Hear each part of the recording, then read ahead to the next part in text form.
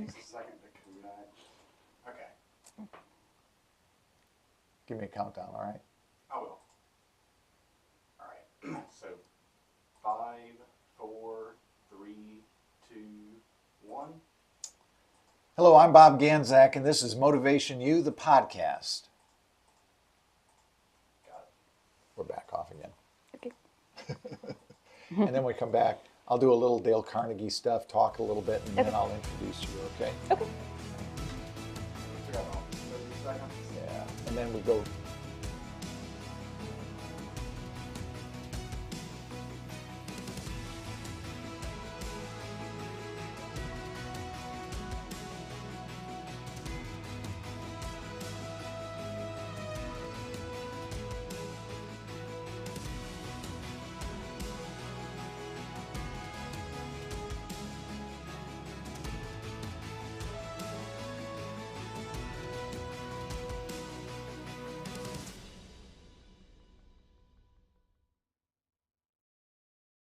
Live. Hello, my name is Bob Ganzak, and yes, this is Motivation U, the podcast, coming to you live from Spurrier's Gridiron Grill at Celebration Point in Gainesville, Florida, inside the Coach's Podcast Room. And I'm not sure if you've ever been to Spurrier's. We just had the 2-year anniversary on Monday night. I wish I could have been here. I was traveling, wasn't able to get here, but they had an amazing time, awesome food. The museum is incredible. You never know what gator you're going to run into, and sometimes we even run into the enemy sometimes on occasion. But this is an awesome place to come, and I'm so blessed to be able to do this program from here. Before we get into our show today, which is absolutely amazing, I am excited about digging into the history of this young lady, and I'll introduce her in a moment. We have a lot of things going on at Dale Carnegie right now. We have a program starting here in Gainesville September 12th. Let me also say, all of the programs can be found on our website, which is jacksonville.dalecarnegie.com. jacksonville.dalecarnegie.com. Find a course, and there are many there to choose from. We have another Dale Carnegie class coming in October to Jacksonville. In September, we have a leadership training for managers class, which is something that we haven't done here for a while. It's an awesome program. If you've graduated from the Dale Carnegie class and you want to go into that program, check that out. High impact presentations. A 2-day, we call it executive presence and leadership development. If you want to improve your communication skills, take those 2 days, 2 full days, September 14th and 15th. It'll be held in Jacksonville. 2 full days of absolutely intense presentation training. Amazing. 2 trainers, they video every one of your talks, coach you on that. 2 intense days, high impact presentations. Check that one out. So those are the things going on right now. And if you have a question for us here today, go ahead and send it in Facebook Live. If you're watching on Facebook Live, go ahead and send it there, and then Zach will figure out some way, our producer, to get it to us. And now I want to introduce our guest. I met Samantha Rehtorik. I met Samantha while she was here doing a podcast with Jeffrey Meldon. And as I listened, I thought, what an intriguing idea to have on our leadership podcast. And Samantha works for Meridian Behavioral Healthcare, Inc. I always think of it as MBHI, Yes. because that's what I always see your logo. But Samantha is a very interesting, incredible person. We're going to delve into that. Welcome to the program, Samantha. Well, thank you so much for having me. It is wonderful to have you here. So how long have you been with Meridian? I've been with Meridian since March, So just a few months, but I've known of Meridian for a long time. I grew up here in Gainesville and actually moved to Gainesville in 1997. So that is when they became the name Meridian. So I've always known it as Meridian. So you moved here in 1990. You went to high school here. Yes, I did. Which, I went to Buchholz High School. I was Buchholz in the High. Academy of Entrepreneurship there. Wow, that's really. And then you're a double Gator grad. Yes, I am. I have a bachelor's in political science with a minor in environmental studies, and I also have a Juris Doctorate. Oh, that is so. Counselor. Not Have you- licensed to practice. Have you gone taken the bar or? No, it was never in my plans to no. practice law, so I did not sit for the bar, and I knew that going into law school. I actually went back to law school after having several different career changes. I was a lobbyist in Tallahassee doing government affairs work for a while, and then I went into nonprofit and trade association management work and decided it was time to come back to Gainesville because I do think all roads lead to Gainesville, at least for me, because I'm once again back here. I graduated with my Juris Doctor in 2017, and being able to take all of that I learned and apply it, whether it's when I'm negotiating contracts or planning an event or even doing some of the policy work that I still do, it definitely comes in handy day to day, even in my personal life as well. So I love having a law degree, but I do always have to preface, I am not licensed to practice. I cannot give you legal advice. Oh, we all need some, don't we? Yes. Where did life start? You said you came here in '97. Where did life start? So I was born in Miami. We moved from Miami 1 month before Hurricane Andrew hit to Wellington, Florida, which is just outside of West Palm Beach.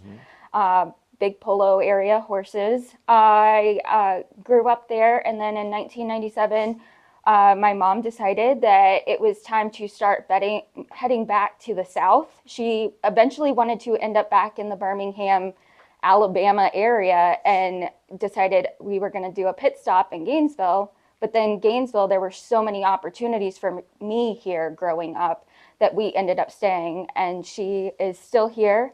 I have moved away quite a few times, but once again, all roads lead back to Gainesville, and I'm once again here. I love this town, and I'm so happy to be back once again. That is great. Tell me about Meridian. And when we talk about leadership, I mean, the mental side of leadership and behavioral health is where you live in that world.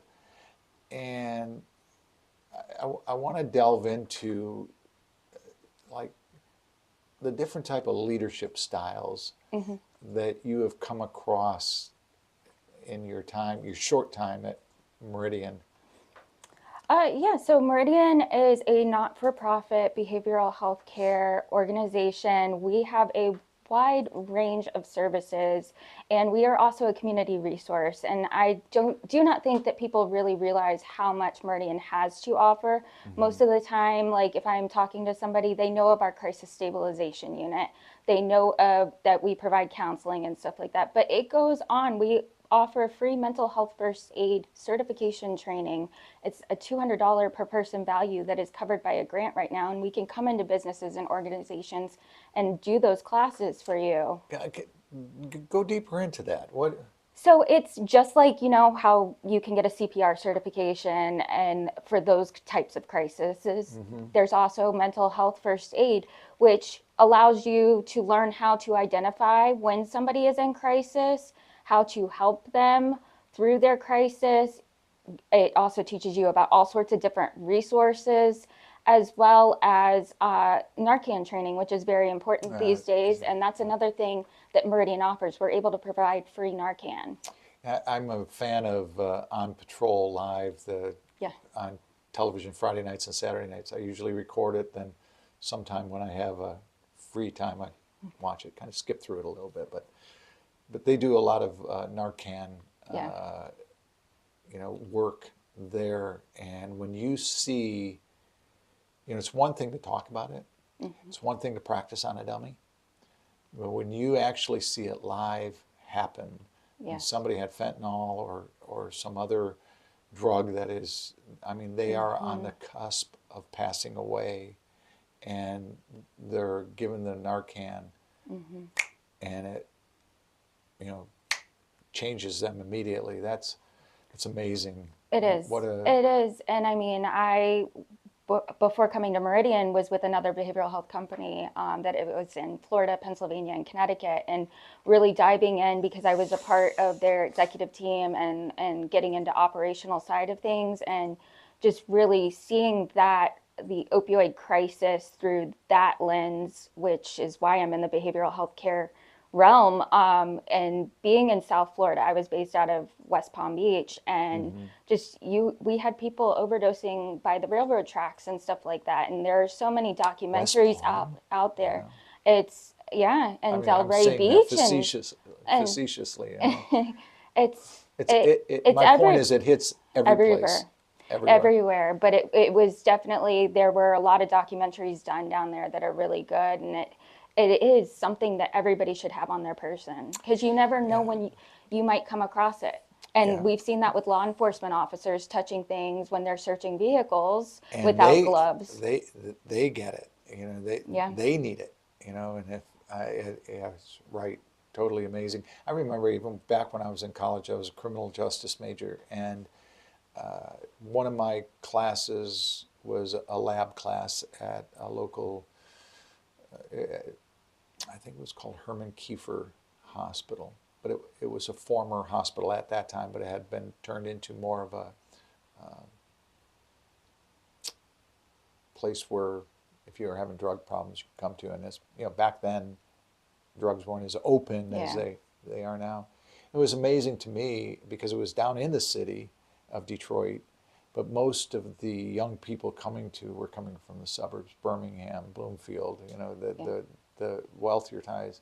That's why when I said West Palm, you know, a lot of people think that drug problems are, you know, they are, you know, in certain areas. They are every place, you know, every place. Yes. It's amazing to me. I mean, I will say cleaning up the industry down there, the sober homes, and making sure that you are with a behavioral health company that is reputable is very important too when seeking treatment. And there is help. Yes. I mean, and I think a lot of times, you know, we were talking before we went on the air here, is that, and we're talking with Samantha Rehtorik from Meridian Behavioral Health Care, Inc. Got it all in there. We were talking before we went on the air about the fact that it used to be taboo to talk about mental health. You know, families hid that. And I think we're not enough generations away from that there is still a residual effect. If, you know, I see it in what I do, hearing the stories and living in communities where young people in their 20s now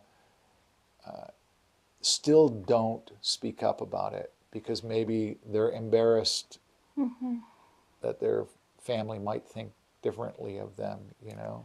Yeah, but I do think I started with that other company in behavioral health focus. I mean, throughout my career, mental health and behavioral health and working through the opioid crisis has always been there. But full-time in behavioral health care, I started that in January 2020, right before the pandemic. And just watching mental health evolution during this pandemic and what is coming out of it I think is a good thing, because people are now not afraid to ask for help or seek treatment. And we are also, there are many different telehealth resources for people. So if they didn't want to physically go into an office, there is that option to do it from your home, which may be your safe place. And there's just a lot of more focus on it. And I do think that that was one good thing that did come out of the pandemic, just because we were so isolated. I mean, I know I even sought telehealth to work through things. I've lived with anxiety throughout my whole life. And so that is one thing, both personally and professionally, that being able to do a telehealth option whenever I need it is great, just because there are times I tend to overanalyze a situation or a thing and just let it eat up my mind. And being able to turn to somebody that I can trust to have that conversation with, and just being able to look and see on my app that they have availability. Okay, I'm setting my appointment because I know I need that. And it's one of those things that I too, like, I had to remind myself, self-care is important. Therapy is okay. Like, even working in the industry, like, I have to remind myself at times. That's and when you look at Samantha's resume,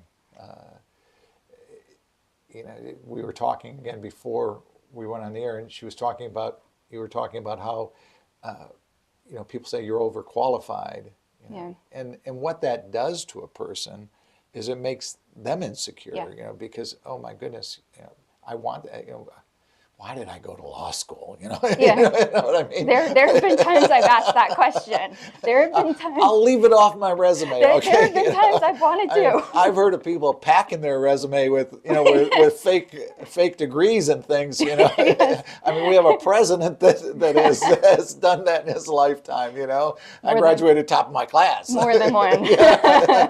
More, you know, and yet here when somebody is, you know, I just want that position, you know. But the thing that comes back to me is, and what I do is, the key to that is you allow yourself to believe that. Yeah. Where you've got to tell yourself, man, look at where I've been.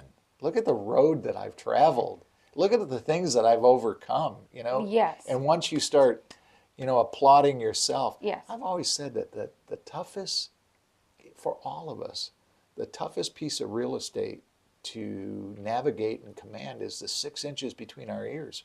You know, it sometimes it can be a vast wasteland. Some days you feel like, man, I'm on it today, you know, but that voice inside our head that's always saying, no, you're not good enough, you're not good enough, you're not going to make it, you know, you're out of your element. Yes. That's tough to deal with. It is, and it is definitely one thing I've had to learn, and I still am learning. But I do think, you know, it's also because we now have social media and we all put what we want out there, and like, you think somebody's like in the perfect job and has the happy relationship and everything, and so you start comparing yourself. I miss those days. Like, Facebook and all of that was in late high school for me, really just starting. We had MySpace and Zanga and stuff like that beforehand, but like, with all of that, definitely I think brought on more insecurities and stuff like that, because you do start comparing yourself. And I have to remind myself, you know, I have even been in a relationship with a public figure, and like, what we were putting out there wasn't necessarily what it was like at home. And you have to remind yourself those little things and not allow those insecurities to creep in. And so it's a constant reminder, but I also think there are good things, because you are hearing influencers and celebrities like Taylor Swift, even in her music, talking about mental health and opening up about her own insecurities and stuff like that, especially on this last album. And so I do think that we are starting to have that conversation. And it's one of those things, also knowing that other people deal with this as well. Because I would sit there sometimes and say, like, I would feel like I was the only person that was insecure. Yeah. And like, am I supposed to be here? Am I in the room? And there are, it comes and goes in waves. It's not necessarily all the time, but there have been certain points in my life where definitely that insecurity has crept in.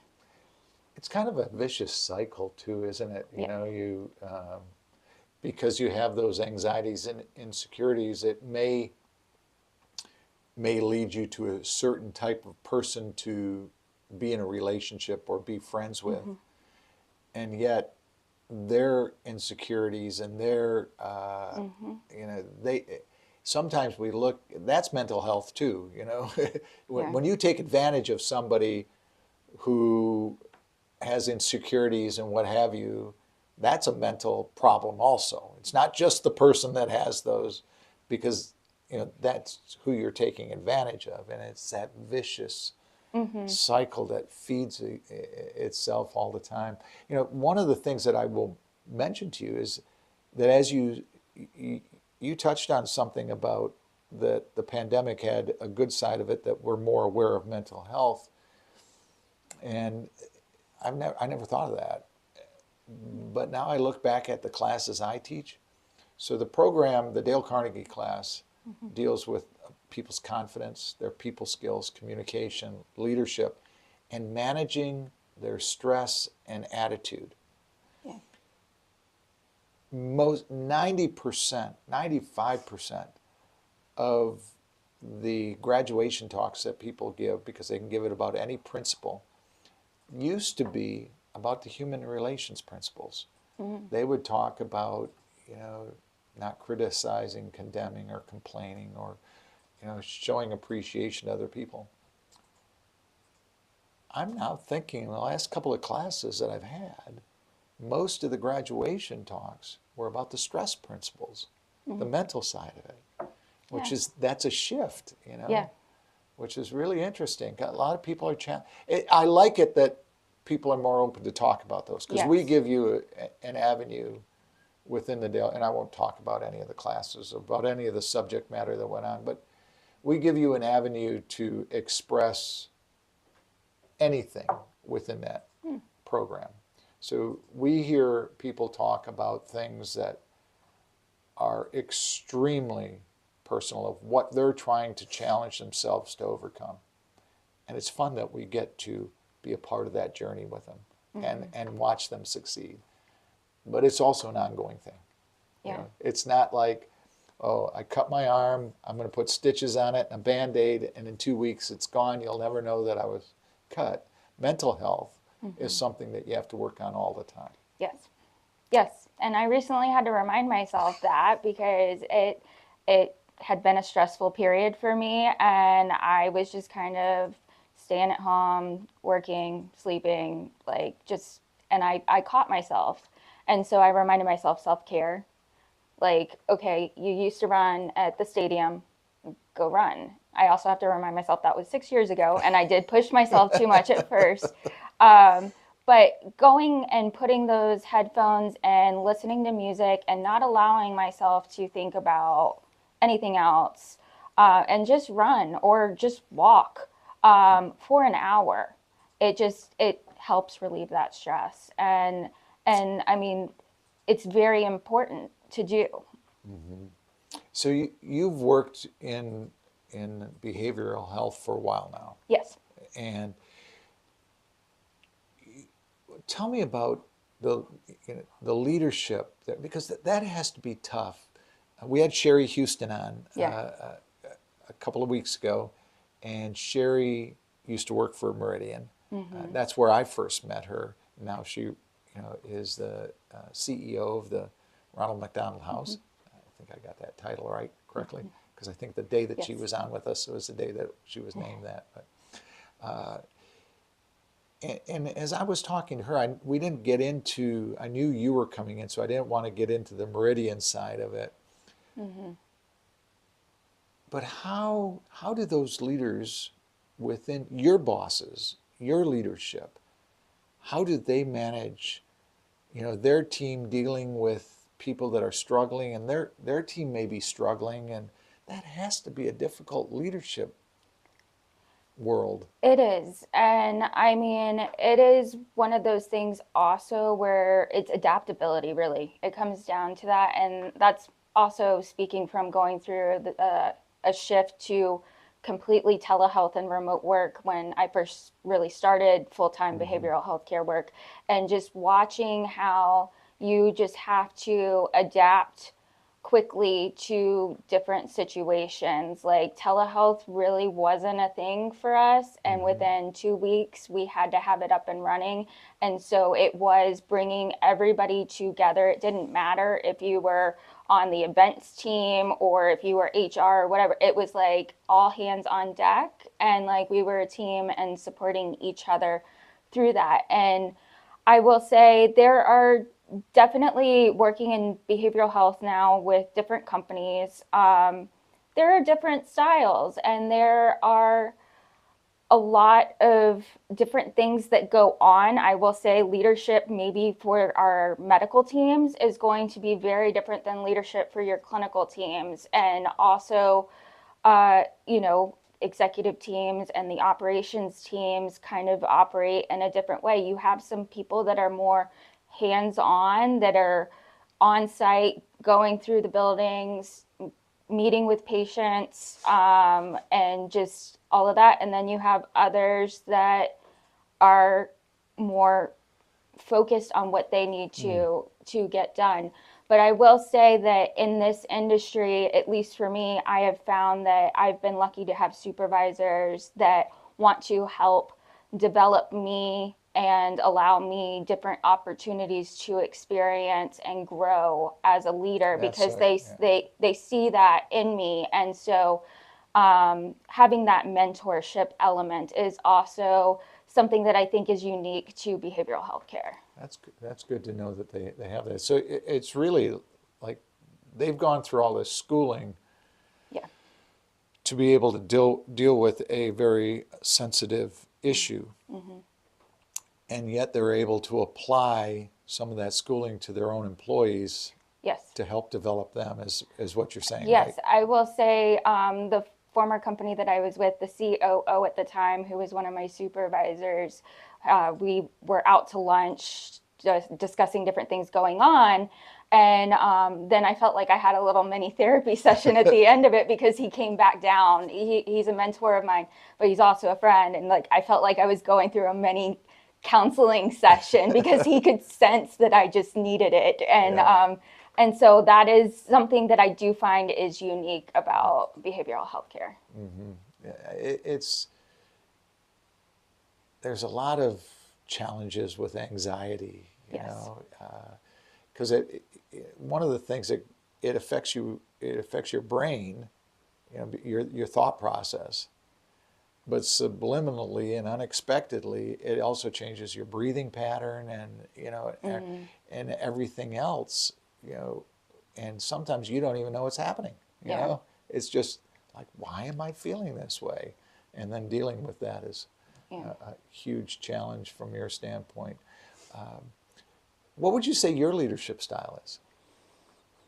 I think, and this goes back to my days working in government affairs and reading a room and knowing who I am dealing with and how I'm going to sell myself or my bill or whatever it may be. I think I shift around.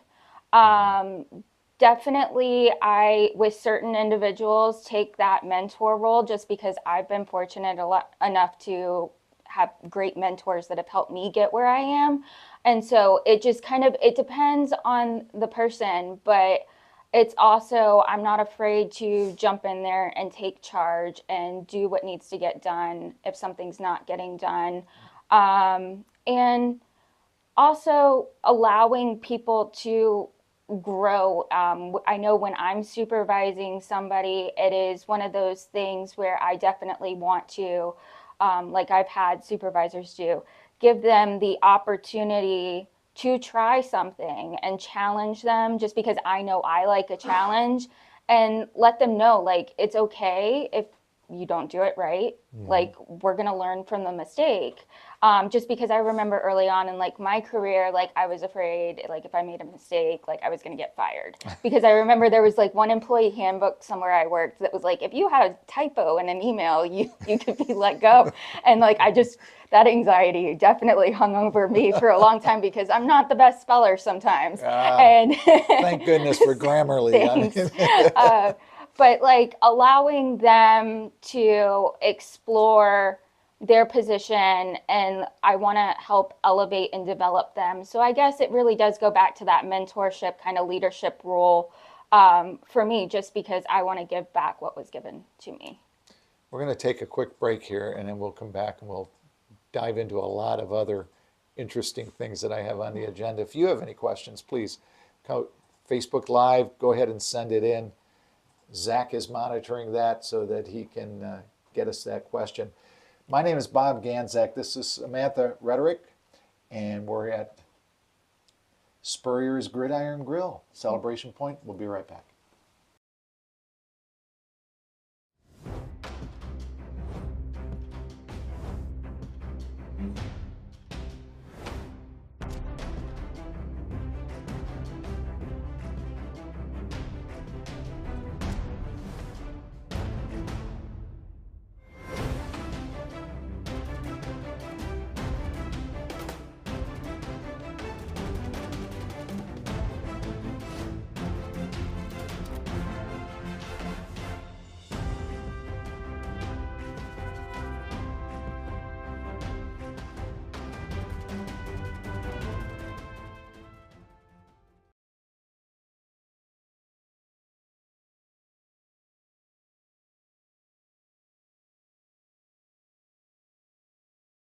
Attention all Gator fans, Meldon Law is giving away a chance to experience the Florida-Georgia game like never before.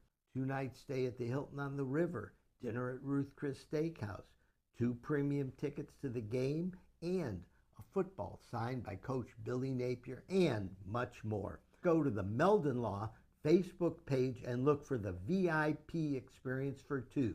Good luck and go Gators!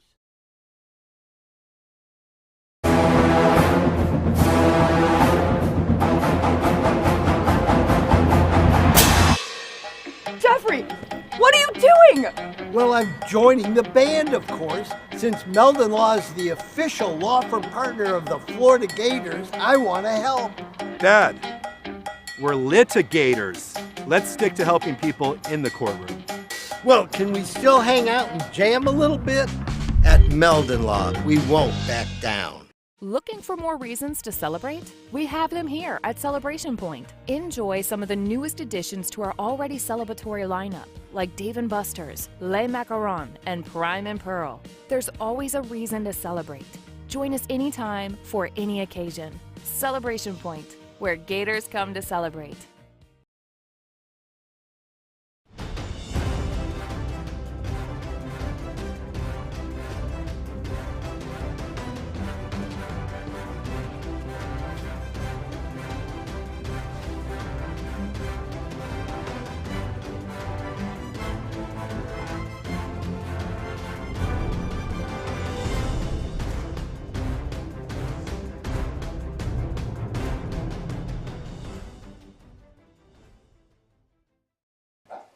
Hello, my name is Bob Ganzak. Welcome back to MotivationU, the podcast, coming to you live from Spurrier's Gridiron Grill at Celebration Point. With me today is Samantha Rehtorik. Samantha, thank you for joining us. Well, thank you for having me. Love talking about what we've been dealing with. You know, mental health, we've been talking a lot about that, and just the challenges for all of us, that how it attacks us at times. You have a company called Sunshine Victory Consulting. Yes. It started recently. Tell me about that.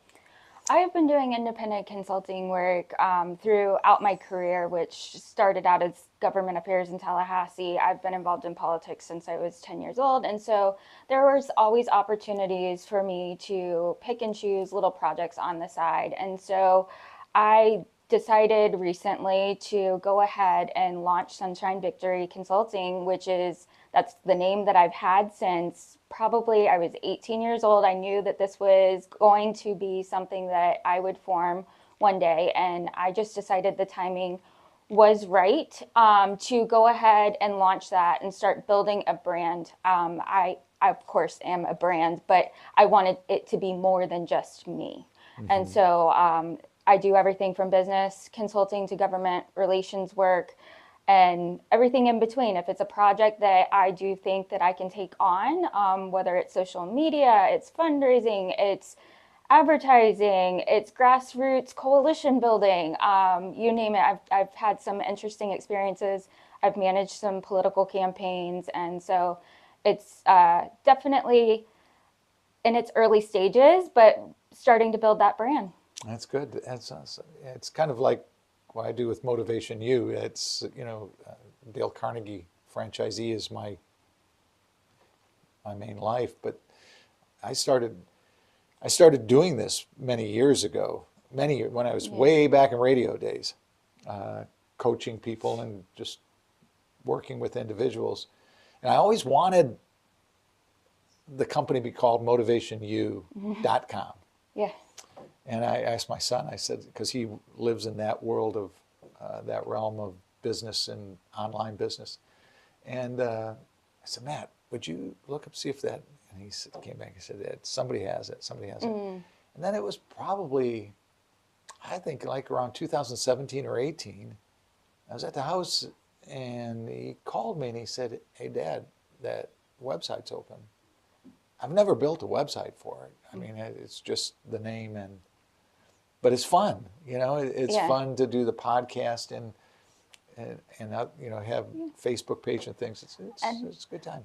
It's one of those things that I've been lucky to have many different jobs doing executive level management and really specialize in growth in so many different areas that it has allowed me to do this. And I can take on projects, like random things, like people will come to me, whether it's doing PR work or being a fixer. I have worked in the political space, so I know what it's like when somebody's having a crisis and like how to stage something. And so being able to do that still while allowing Meridian to be my day-to-day, because I love what I do for Meridian and building the partnerships and relationships in this community. It's such, North Central Florida is awesome, and so it's nice to be able to also have that piece as well. Well, that's great. Now, you talked about being a lobbyist. What was that like? Because a lobbyist gets for a lot of people, it's got a negative connotation, right? Yes, and I will say, like, I remember being like 16 years old and saying that to people, and I think like, thank you for smoking. Like, everybody thinks of that movie and stuff like that, and like, there is some of that going on, but I was fortunate enough when I was at UF to have former Florida Senate President Mike Herodopoulos, who was incoming president at that time of the Florida Senate, as a professor. And so I took every opportunity. I knew, like, I have to depend on myself. I have to figure out what my job and my career is going to be. I had been volunteering on campaigns for a long time, but it was like, now it's time to take it to the next level. And so I remember there was a big to-do about him becoming a professor. And I was like, that's the class. That's my class. I am going to use it. I'm going to build a relationship with him and use that to somehow get me to Tallahassee one day. And I do think throughout my career, it is building those relationships and connections. That's why I'm a partnership director. That has gotten me to where I am. But while I was in that class at UF, he launched a Tallahassee semester internship program through the Graham Center. And so I applied for it. I was technically a junior at UF, but I was 18 years old.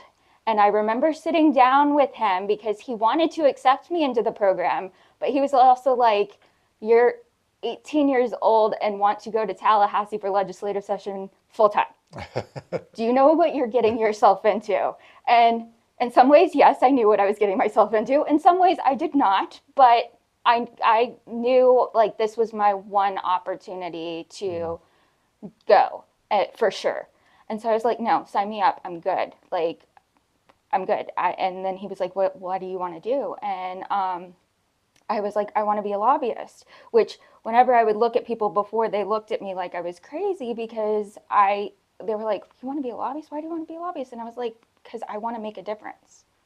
And that is another theme throughout my career. And so I ended up going to Tallahassee for that program that spring semester. I interned for a lobbying firm. And at the end of that, it was a contract lobbying firm. So I got to work with a diverse set of clients, everything from Expedia to Humana, AT&T, Leukemia Lymphoma Society. Like I got to experience pretty much almost every committee in both chambers, except for anything related to judiciary. Like besides that, we were in all of those other places. And it was a fantastic experience. And so while I was there, I knew I needed to make the most of it. And so I networked and networked and networked. I made friends in the governor's press office. I started getting invited to the governor's mansion for events. I had bureau chiefs for the different newspapers that would say hi to me walking down the hallway. Like, I just knew that that was my one chance to network.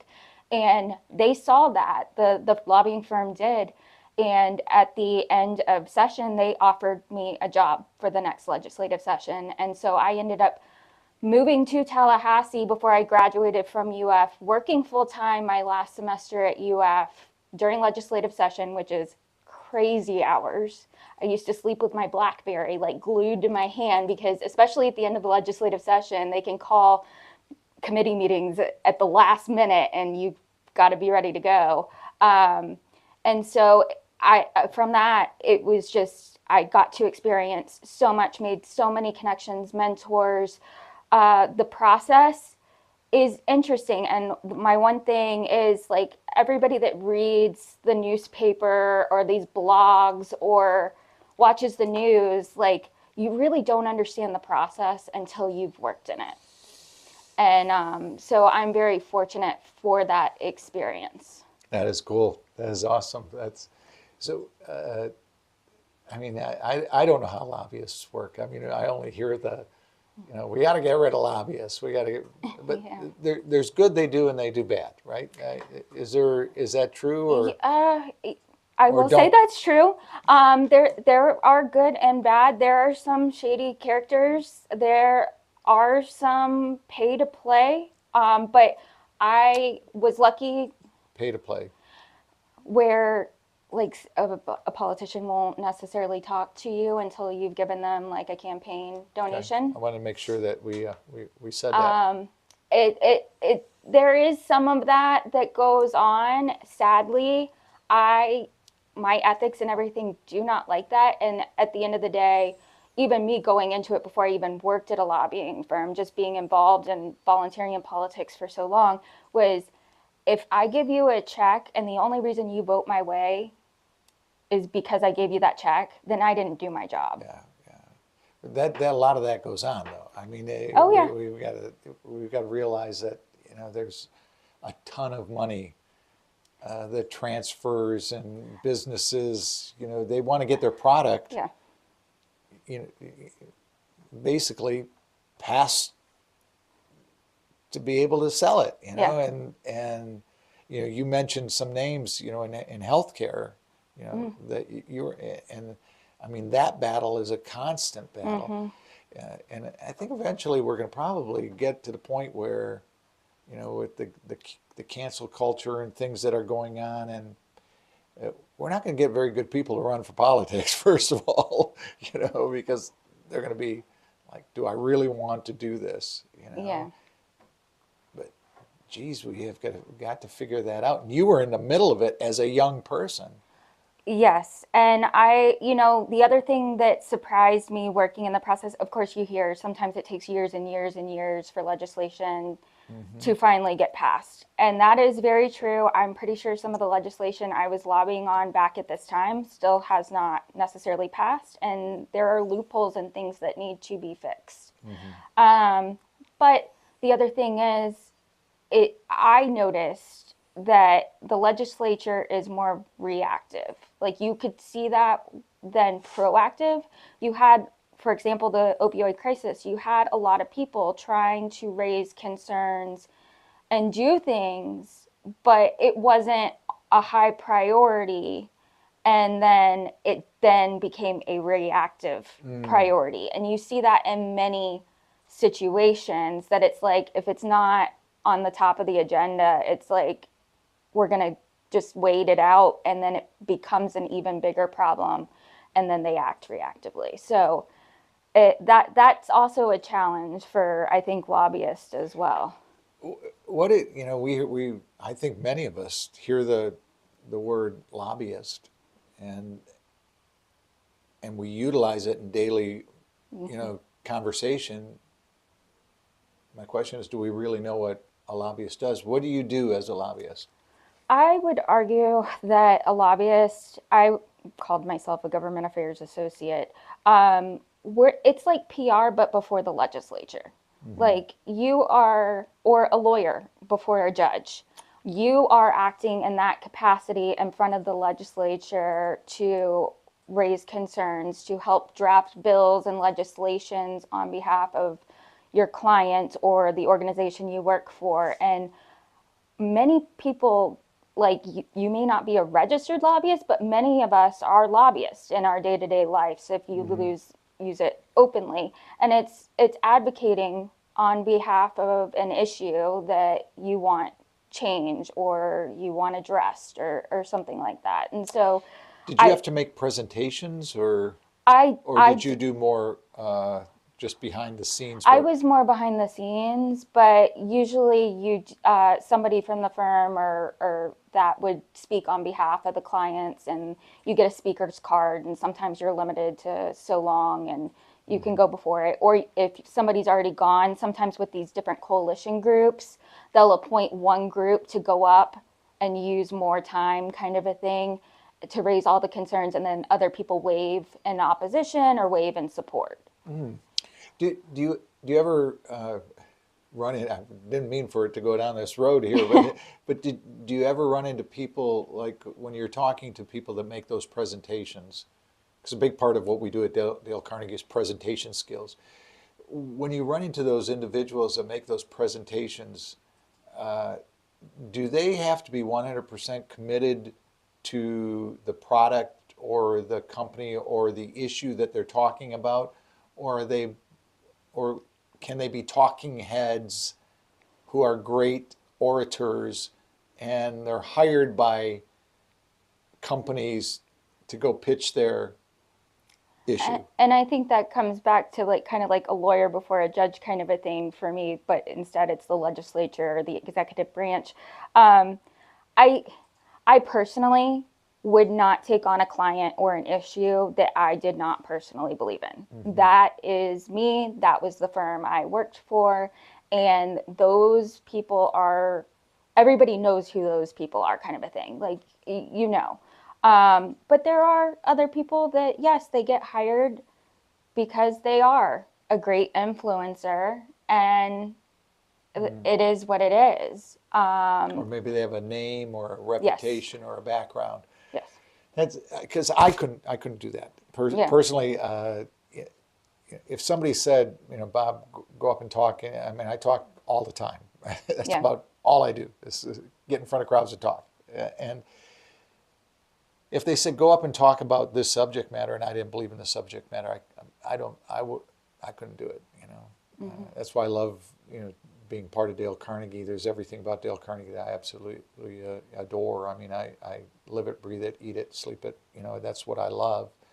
And I think when you look at even some of my own writings that go away, they're probably in that same mental side. And I kind of find it difficult if I couldn't be one of those people that had to go out and say, okay, I was against this last week, but this guy's giving me $200,000, so I'm going to be for this week, Yeah. But you run into those people in Tallahassee. Yes. Well, we run into them in daily life. I mean, yes. Yeah. Yes. Yes. That's an interesting. So you said that you started like getting involved in politics at age 10? Yes. Tell me about that.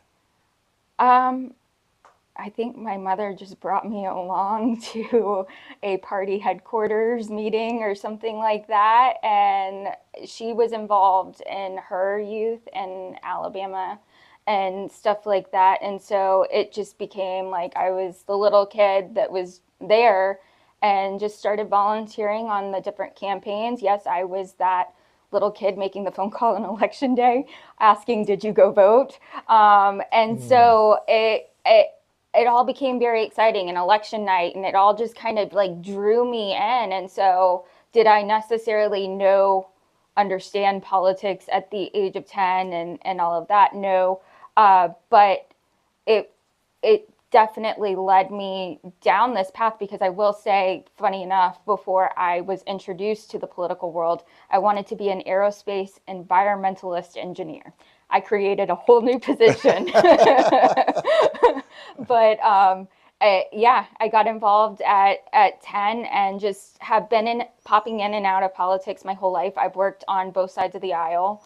and I find it fascinating. I did take a step back in recent years because it is not what it used to be. You could have a disagreement in the Capitol and walk down the street and have a beer with that person you had a disagreement with, and it's not the same today. Like, we've gotten so divisive, whereas I'm working in the process too.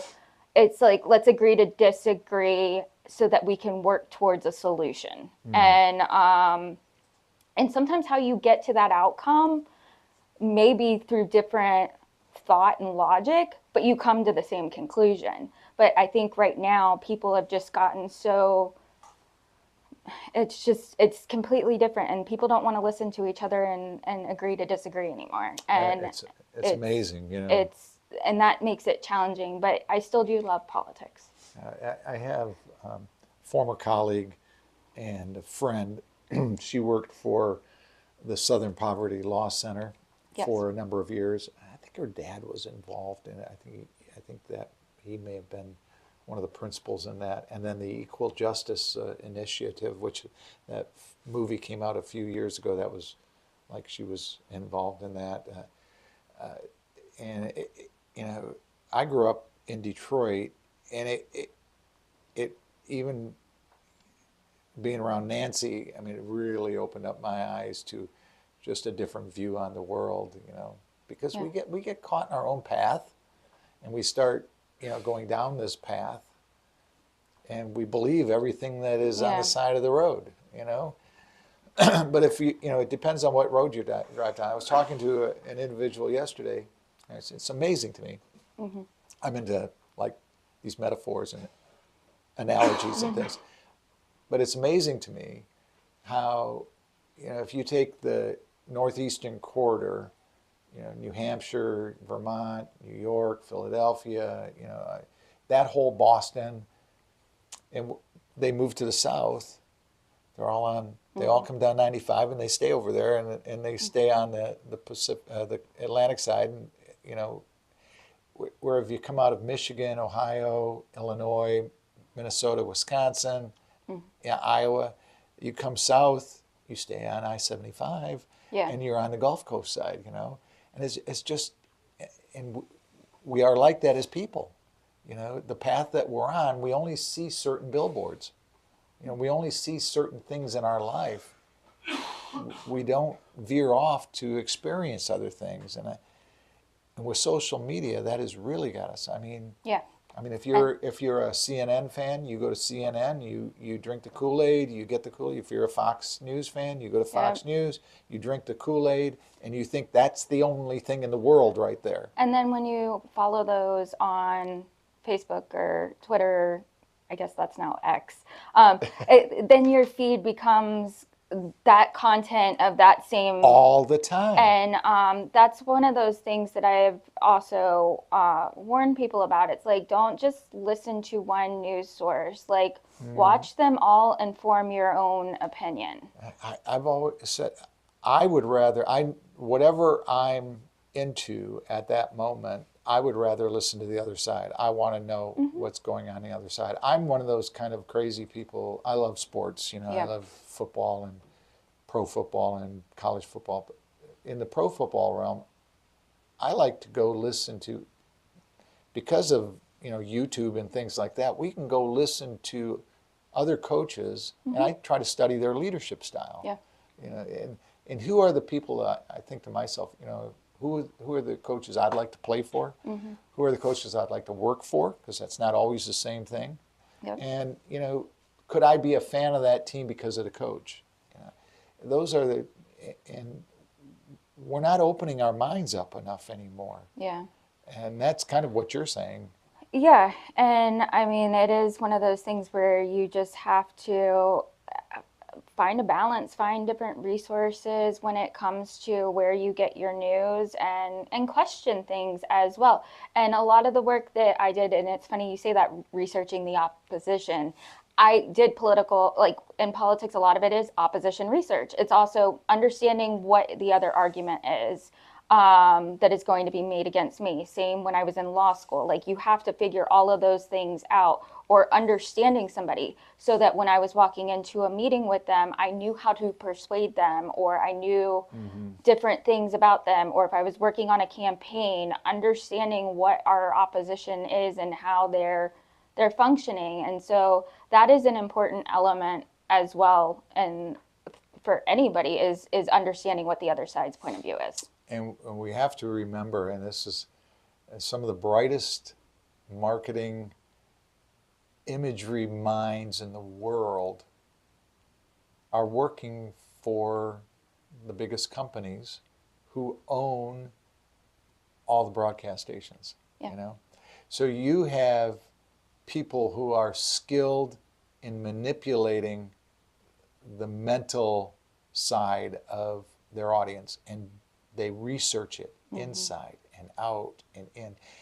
And if you pay $2 million for a 30-second ad at the Super Bowl because it can sell your product, what can you do with these 2-hour blocks of time that we call news programs, which are not news programs? They're, you know, on every station. All they are is, you know, hyping their candidate of choice or whatever. You know, just think of the impact that has on people. And we talk about mental health. That's a huge part of it, because we are leading people to the trough and then saying, drink. Yeah. You know, and you know, I don't know what we do. Last thoughts. Tell me how we challenge this going forward.